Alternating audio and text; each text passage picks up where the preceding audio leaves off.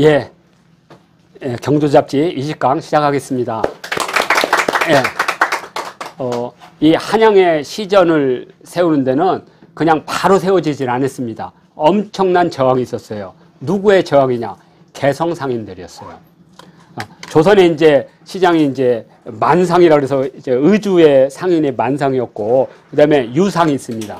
우리가 그 평양 소주 할 때, 그 가목로 할 때, 거기가 유경이라고 했잖아요. 버드나무. 그래서 유상이라고 부릅니다. 유상. 그 다음에 개성은 송악이니까 송상. 예, 그 다음에 레상. 저 밑에 레상. 부산. 외하고 레상. 그리고 서울의 경상. 그리고 이제 마지막으로 전국을 다니는 보부상. 그래서 이걸 6대 상권이라고 합니다. 상권. 네. 자. 네. 그런데 이 개성이 500년 도읍지잖아요. 그러니까 이 개성상인들이 안 오는 거예요. 개성상인들이. 그리고 사람들이 서울로 안 와. 다 개성으로 가. 그러니까 어떻게 했느냐. 두 가지를 없애버렸어. 하나는 뭐냐면, 특혜권. 그러니까 시장 개설권이라고 하는데 특혜권 없애. 너 앞으로 이제 너희들은 시장 개설 못 한다. 그다음에 두 번째는 시장 계승을 철폐시켜버렸어. 이제 앞으로. 그러니까 우리 말하면, 재산 상속을 못 하게. 그리고 너희들이 서울로 오면 두 개를 줬어. 그래서 가게세를 다 면세하고.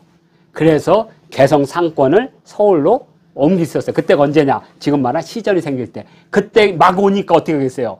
건물을 지을 수가 없잖아요. 그러니까 나무를 해놓고 딱딱해서 임시 가가를 설치해 준 거예요. 그게 바로 가게입니다. 그러다 점점 지나면 이제 시포가 생긴 거예요. 점포라고 하죠. 점포. 그러면 점포는 뭐냐? 안쪽은 점이에요.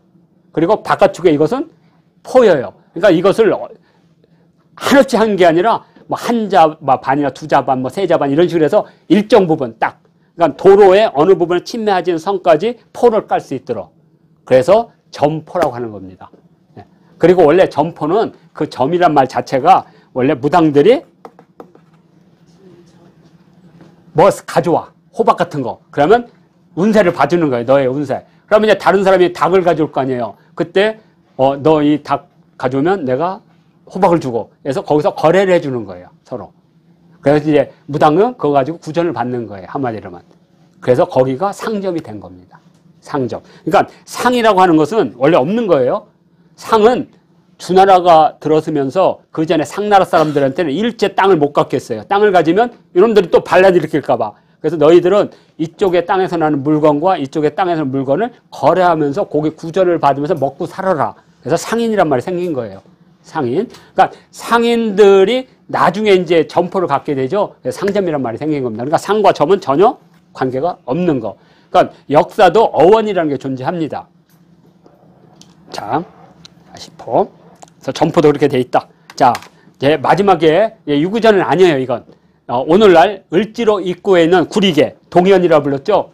동현. 왜냐면 그 흙이 구릿빛이 있었거든요. 동현. 아현은 낮은 언덕이라는 뜻입니다. 아현. 서대문에서 이렇게 넘어가면. 그래서 애라고 쓸 때, 애라는 게 작다라는 뜻이에요.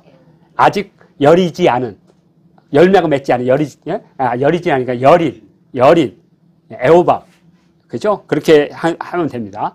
애하고 비슷한 게 풋사과예요, 풋사과. 애하고. 풋사과는 빛을 보는 거고요. 애는 크기를 보는 겁니다. 그러니까 우리 순수말도 많이 없어져서 그래요. 그러니까 우리가 뭐 겹이라든지 홀이라든지 이거 많이 쓰잖아요. 홑. 그러면 겹이잖아요. 근데 잘 안 써준 것 같아요. 요새는 다 쌍으로 쓰고. 하여튼 약포죠. 약포. 약포. 약은 바깥에 넣어야 돼요. 그러면 왜 약은 안에다 넣으면 안 돼요? 습기를 먹어서 썩어요. 습기를. 약은. 그래서 이제 우리가 판매를 하는 약은 다 앞에 나와 있어요. 근데 이제 오래 말린 것들은 딱딱한 말린 것은 장기 거래예요. 그러니까 사슴뿔이나 이런 것들. 그건 안에 있는 거예요. 안에. 그래서 그건 약점이고 이쪽으로 나오면 약포입니다. 그러니까 예를 들어서 쑥 같은 거 막 따오면 그런 것들을 안에다 넣는 게 아니고 다 바깥에서 널어서 바로 그러니까 채취한 것들 있죠? 그런 것들은 바깥에서 파는 겁니다. 그래서 그걸 약포라고 하는 거예요. 그 다음에 약을 싸줄 때도 그냥 막 주는 게 아니에요. 우리가 제약을 할 때 어떻게 해야 되냐. 두통이면 약포를 둥글게 합니다. 둥글게. 그 다음에 이런데 속병이 나죠? 그러면 약포를 네모나게 해서 줍니다. 그 다음에 부스럼 나는 거 있지, 이런 것들. 이런 거 할 때는 약포를 세모나게 해줍니다. 근데 이게 1970년대까지도 다 지켜졌어요. 그게 왜 아냐? 제가 어렸을 때 이런 거 지금 기억하는 거 보면 우리 동네 그 한약방 약포일 때 그렇게 싸줬어요. 그래서 가끔 할아버지가 네가 싸봐라. 세모로 잘 안 싸줘요. 솔직히. 약포 싸는 게 만만치 않습니다. 이렇게 싸서 그 하얀 그 종이로 이렇게 마른 거 있죠. 끈. 그걸로 싸주잖아요. 그래서 이렇게 저희 아버님도 이렇게 덜렁덜렁 들어온 기억 나거든요. 그래서 이것을 천지인 원리를 따진 거예요. 예. 이런 것도 우리가 배워야 됩니다. 근데 그러면 네모에다 싸주면 뭐 두통에 효과가 없냐? 아니죠. 전혀. 그렇지만 상징을 늘 현실화해서 하는 거죠. 현실화. 그래서 약포에는 들이울 수, 그죠? 뭘 들이우냐? 갈대로 된 주렴을 들이운다죠. 갈대로 만든 발을 들이우고, 예, 높이 들게, 개시할게, 신농유업, 신농이 남기신 산업이다. 이런 뜻이죠. 신농유업. 그 다음에 만병회천. 자, 이거 하나만 먹어봐. 알터니도 다시 살아나고, 빠진 머리도 다시 살아나고, 관절도 뻘떡뻘떡 일어나. 이러면서, 염색이똥 팔잖아요. 예? 하여튼. 자, 만병휘춘과 같은, 구호를, 쓴다. 그죠? 깃발이라고 해도 됩니다. 깃발을 건다. 그 다음에 매약자. 약을 파는 사람들은 모두 봉사라고 한다. 그죠? 원래 이게 소경을, 우리가 이제 소경, 장님, 봉사. 이거 다 높임말입니다. 세 개가 다. 배울 겁니다. 갈대 위자니까 적어놨네. 웅어. 이제 웅어 먹으러 가는 철인데 한번 가야 됩니다. 서삼릉이나 서울릉 답사를 한 후에 웅어 먹으러 한번 유효하니까 생각나서요. 자, 한번 보겠습니다. 이거 지난번에 한번 했으니까 간단하게 소개했습니다. 조선시대 5대 의료기관, 내의원, 전의감, 활인서, 동활용서와 서활인서만 있대. 제가 지난번에 남쪽은 제가 잘못 알았고요. 동서활인서가 있고, 해민서, 그 다음에 우리가 사극에서 가장 나오는 것은 내의원과 해민서가 가장 많이 나오죠. 서민의료기관. 자, 이렇게 돼 있고요. 해민서는 이렇게, 여기 구리개, 동현이죠? 요게 동현이거든, 구리개. 구리개길이 있습니다, 구리개길. 그 구리개길에 바로 요게 해민서입니다.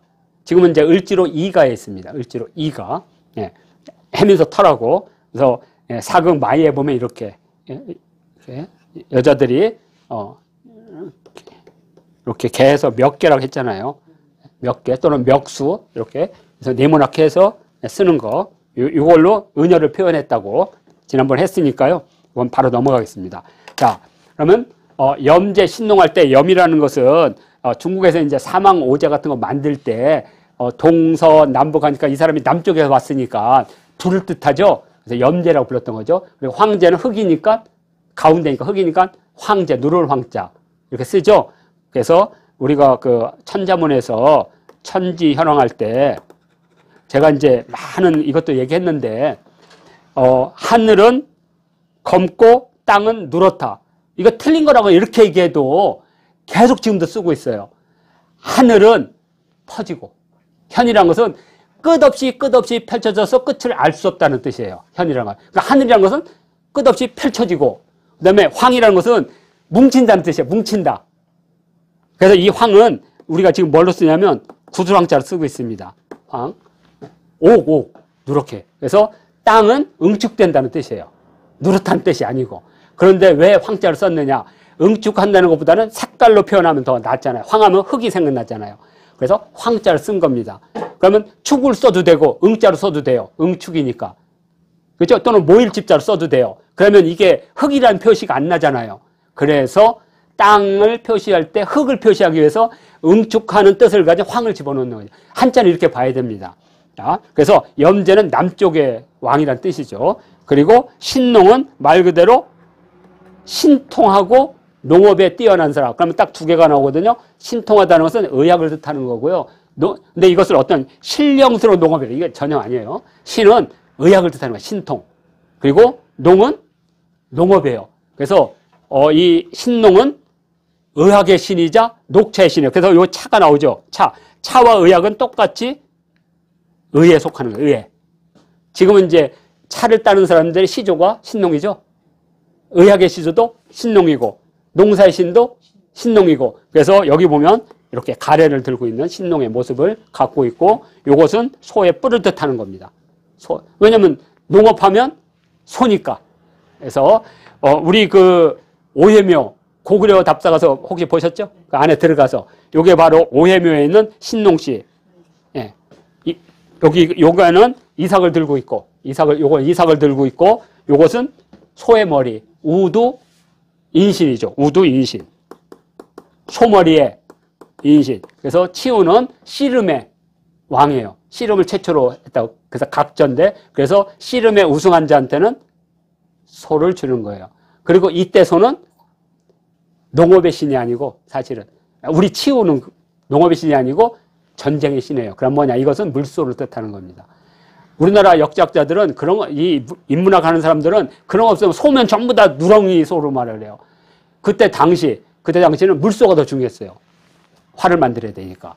예? 자, 그리고 예를 들어서 우리가 풍백, 우사, 운사할 때 풍백이 제일 먼저 왜 나오겠어요? 풍백은 수렵하는 사람이 제일 중요한 겁니다. 그리고 우사는 농업하는 사람한테. 예. 그래서 신농은 우사예요. 우사에 속합니다. 왜? 농사와 관련됐기 때문에. 그리고 치우는 풍백에 가까운 거예요. 예. 그래서 사냥을 할 때는 항상 바람을 제일 중요시 여깁니다. 그래서 몽골인들이 이동할 때 제일 먼저 뭘 하느냐? 깃발을 꽂아가지고 바람이 어디 있는지 와서 바람을 등지고 있어야 됩니다. 그래서 바람이 스쳐 지나가요. 왜? 바람 속에 뭐가 들어오냐면 균이 들어오기 때문에. 이런 것들을 우리가 역사에서 배우는 겁니다. 자, 그래서 염제 신농. 그래서 어떠냐? 이렇게. 신농은 의학의 아버지이기 때문에 이렇게 전부 다. 한의원의 신농 한의원. 예, 제 벗도 지금 그 이름이 신농 한의원이에요. 신농을 이렇게 드리는 거고요. 또 하나는 행림이란 말이 많이 나옵니다. 행림.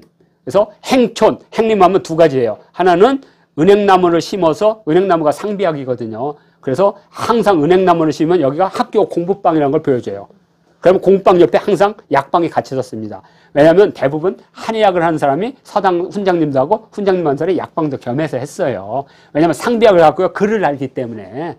그래서 구급방이나 이런 것들을 한자로만 되면 일반 사람은 모르니까 나중에 거기다가 그리고 선생님들도 헷갈리면 안 되니까 그래서 언문을 집어넣습니다. 그래서 언해본이라는 거.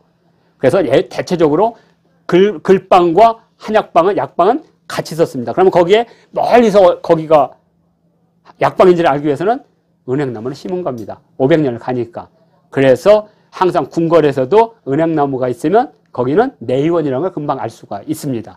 그래서 행림.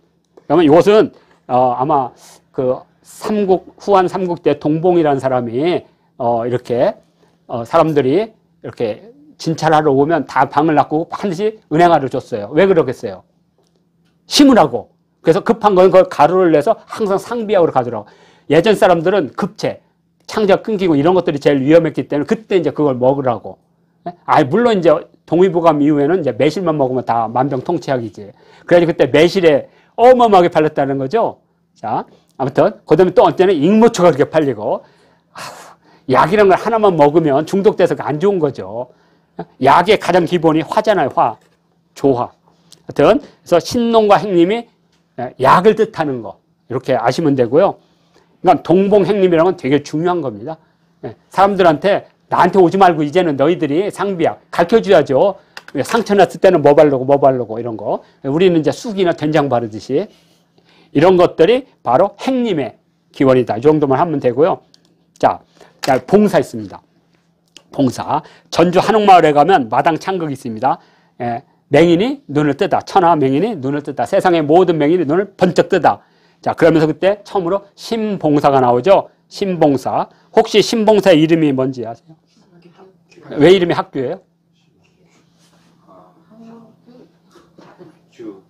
심청은 인당수에 빠졌다는 뜻입니다. 그 자체가. 심이란 말이 빠졌다는 뜻, 침몰할 때 심입니다. 그리고 청은 인당수예요. 우리가 청해진 할 때, 쓰는 겁니다. 그래서 심청은 물에 빠졌다는 뜻을 갖고 있어요. 그럼 학교는요? 우리 잘못이야. 뺑덕이나 알아도 학교가 도대체 뭔 꿈을 꿨는지. 학자. 벼슬을 하고 싶어서 벼슬 학교. 그래서 봉사가 된 거예요. 그래서 학이 배울 학자고요. 배워서 벼슬을 갖는 게 꿈이었어요. 학교입니다. 이름이 학교. 그 심청전을 쓴 사람은 그 안에 그걸 다 담아놔요. 그 이름 속에 다. 이렇게.